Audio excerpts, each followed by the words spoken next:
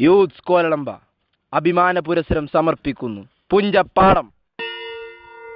രചന കള്ളിങ്ങൽ രാജൻ. ആലാപനം റാഷിദ് ഖാൻ പട്ടോടി.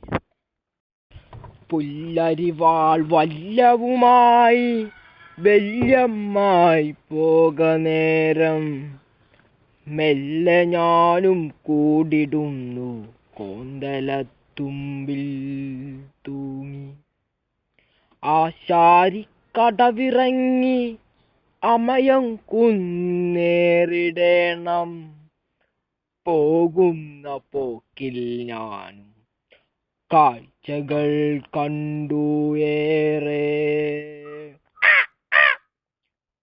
പൂക്കൈത പാടത്തുണ്ട്